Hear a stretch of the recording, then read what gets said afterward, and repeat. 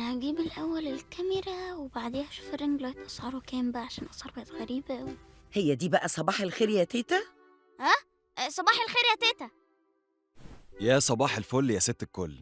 صباح الخير يا حبيبي. صباح الخير يا نور.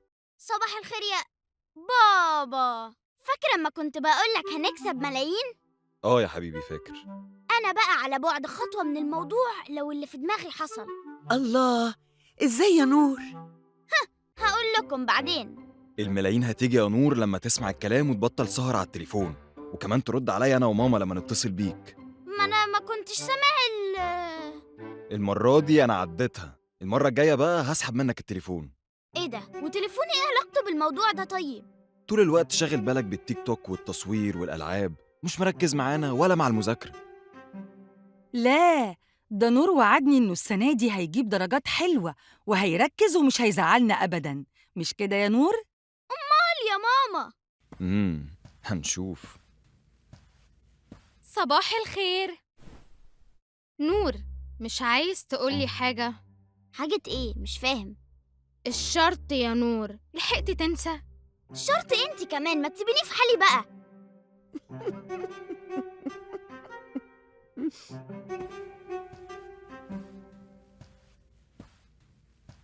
أنا شاكة إن الشنطة دي نور مخبي فيها حاجة. لا يا بنتي، معقول هيخبي ايه يعني؟ أكيد سندوتشاته اللي بعملها له ما بياكلهاش وبيخبيها فيها. ايه حكاية الشرط اللي عمالة تقوليه لأخوكي ده؟ أما أرجع من المدرسة هبقى أحكي لك يا تيتا. ماشي.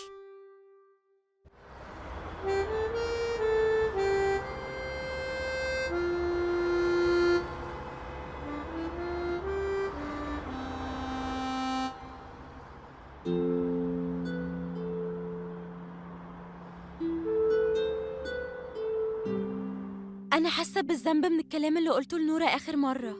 أنا حاسة بيكي، بس الصراحة دي أحسن حاجة انتي عملتيها. انتي واجهتيها بحقيقتها. نورة بتاعة مصلحتها، كانت لازقالي زمان عشان البنات هنا كانت كلها بتحبني. أول ما جت ريم بعدي هي لزقت لها، وأما انتي جيتي بعدنا هي لزقتلك. انت نسيتي اللي عملته مع تمارا ولا ايه؟ واللي عملته معايا أما ما رضيتش تساعدني في موضوع التمثيل. طب هي لو بتاعت مصلحتها هتساعدني في مشكلتي ليه؟ عشان تاخد اللقطة. وبعدين هي ما ساعدتكيش، هي كانت عايزة تبقى مشهورة وتعمل عرض مسرحي وتبقى المخرجة فيه، والدليل على إنها بتسعى للشهرة اللي بيحصل الأيام دي. زي بالظبط ما ساعدتني في موضوع فريق الكورة، كان كل ده عشان الناس تقول نورة هي اللي أقنعت المدير، مش عشان هي قلبها علينا، والدليل إنها ما بتلعبش كورة أصلاً.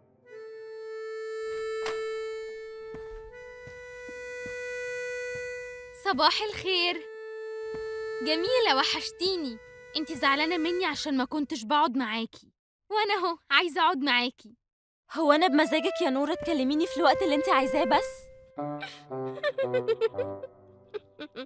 انا اسفة، صدقيني كان غصب عني، واكيد اما احكيلك هتعذريني. طب عايزة احكيلك على حاجة ضروري قوي حصلت لي النهاردة. يارا طلعت هي اللي بتاخد مني الكاس في الحلم. بعدين نتكلم يا نورة.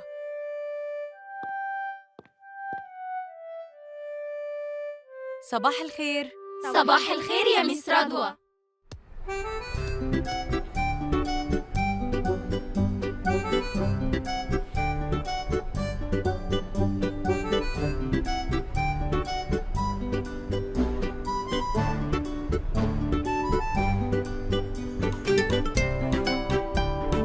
أنا مش عارفة أعمل إيه عشان يصالحوني، أنا زعلانة قوي.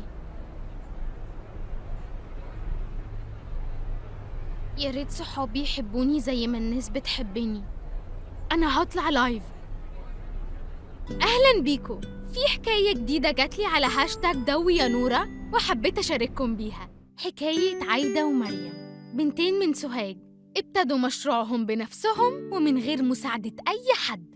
ما كانش معاهم غير فلوس قليلة جداً جداً. كان كل الناس بتقول عليهم موهوبين في الحلويات، لحد ما قرروا يدخلوا المطبخ ويبيعوا أول كيكة يعملوها.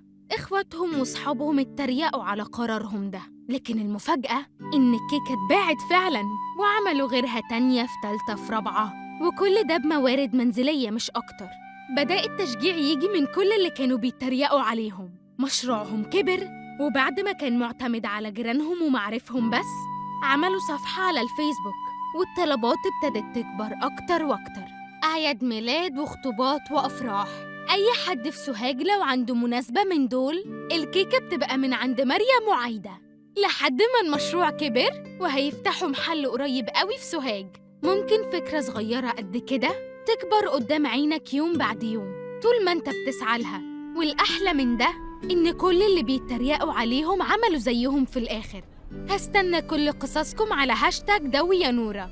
هتوحشوني لحد ما نتقابل تاني. مع السلامة.